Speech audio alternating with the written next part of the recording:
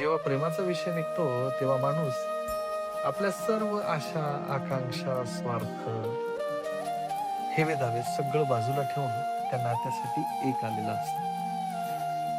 मग प्रेम कुठलंही असू देत, पण त्यातल्या त्यात तरुण वयात आणि ज्या वेळेस आपल्याला कोणी हवं असतं त्या होणारं प्रेम आणि त्यावेळेसही वाटणारी आपुलकी याला खूप जास्त महत्व आहे. पाऊस पडताना वाटणाऱ्या भावना, गडद कडक ऊन पडले आणि त्या उन्हामध्ये एका झाडाच्या सावलीखाली जाऊन आश्रय घ्यावा, सुखद पाऊस अंगावर पडावा किंवा अतिशय सुखद थंडीची झुळूक अंगाला लागावी, या सगळ्या भावना प्रेमामध्ये अतिशय गडद होतात.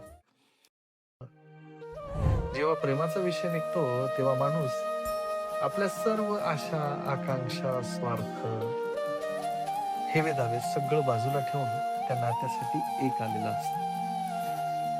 मग प्रेम कुठलंही असू देत, पण त्यातल्या त्यात तरुण वयात आणि ज्या वेळेस आपल्याला कोणी हवं असतं त्या होणारं प्रेम आणि त्यावेळेसही वाटणारी आपुलकी याला खूप जास्त महत्व आहे. पाऊस पडताना वाटणाऱ्या भावना,